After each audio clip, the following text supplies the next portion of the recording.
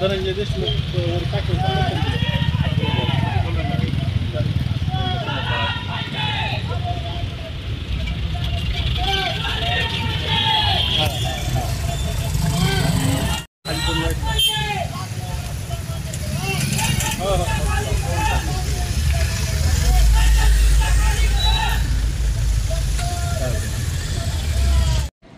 माननीय संतोष देशमुख यांची हत्या होऊन आता 34 दिवस झालेत, परंतु त्याच्यामधला जो मुख्य आरोपी आहे तो अद्यापर्यंत एक आरोपी फरार आहे।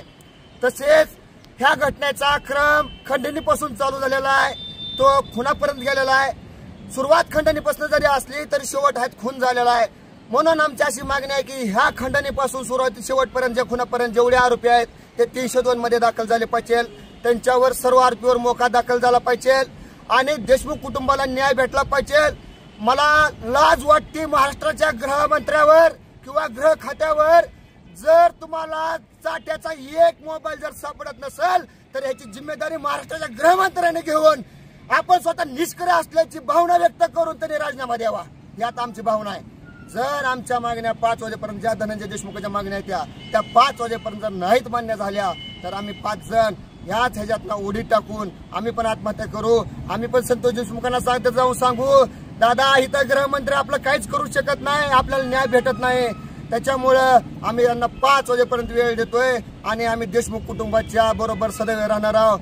5 वाजेपर्यंत जर आमच्या मागण्या नाही मान्य झाल्या तर आम्ही इथं उडी टाकणार। याला जिम्मेदार फक्त गृहमंत्री राहतील, याची जिम्मेदारी आहे। देशमुख कुटुंबियाला न्याय मिळाला पाहिजे। माननीय संतोषभाई देशमुख हत्या करणाऱ्या सर्व आरोपीवर 302 गुन्हा दाखल झालाच पाहिजे, आरोपीला अटक झालीच पाहिजे। वाल्मिक कराडवर 302 चा गुन्हा दाखल झालाच पाहिजे, वाल्मिक कराड मोका अंतर्गत कारवाई झालीच पाहिजे। आमच्या मागण्या मान्य करा, नाहीतर खुर्च्या खाली करा। आज आमच्या संतोष अण्णांना जाऊन 35 दिवस झाले, त्यांची हत्या करून 35 दिवस झाले। 35 दिवसानंतर ही सगळे आरोपी अटक होत नाहीत। जो मूळ हत्यागार, जो मूळ मास्टरमाइंड आहे त्याच्यावरती 302 अंतर्गत मोक्का लावला जात नाही।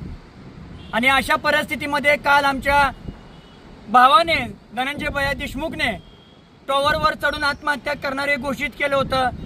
त्याआधीच पोलिसांनी त्याला घेराव घातला आणि त्यानंतर आज पूर्ण मस्साजोग गावकरी आमचे सर्व समाज बांधव टाकीवरती चढून आत्महत्येसाठी आम्हाला न्याय मिळत नाही, आम्ही जगून तरी काय करणार यासाठी त्यांनी आज आत्महत्या करण्याचा प्रयत्न केला होता। पण अजून देखील पोलीस प्रशासन कुठेही भूमिकेवर, त्यांच्या योग्य भूमिकेवर ठाम दिसत नाही। संतोष देशमुख अण्णांच्या कुटुंबियांच्या घरच्यांना कोणतीही माहिती दिली जात नाही। हा कोणताही राजकारणाचा प्रकार नसून किंवा आम्ही कोणतेही राजकारण करत नसून आम्ही फक्त गोरगरीब जनतेसाठी, गरिबांसाठी आम्ही न्याय मागतोय। आमच्या संतोष अण्णांसाठी आम्ही न्याय मागतोय। आणि जर आज जे धनंजय भैया देशमुख यांच्या मागण्या आहेत ते जर पोलीस प्रशासन, गृहमंत्री, सरकारमधले सगळे मुख्यमंत्री, उपमुख्यमंत्री जर पूर्ण करत नसतील तर आम्ही आज 5-6 जण सर्व समाज बांधवाचे आम्ही या धाराशिवमध्ये आज या टाकीवरून उड्या टोकणार आहोत। 5 वाजेपर्यंत वेळ आहे। संतोष देशमुख यांना न्याय मिळालाच पाहिजे, आरोपींना फाशी झालीच पाहिजे।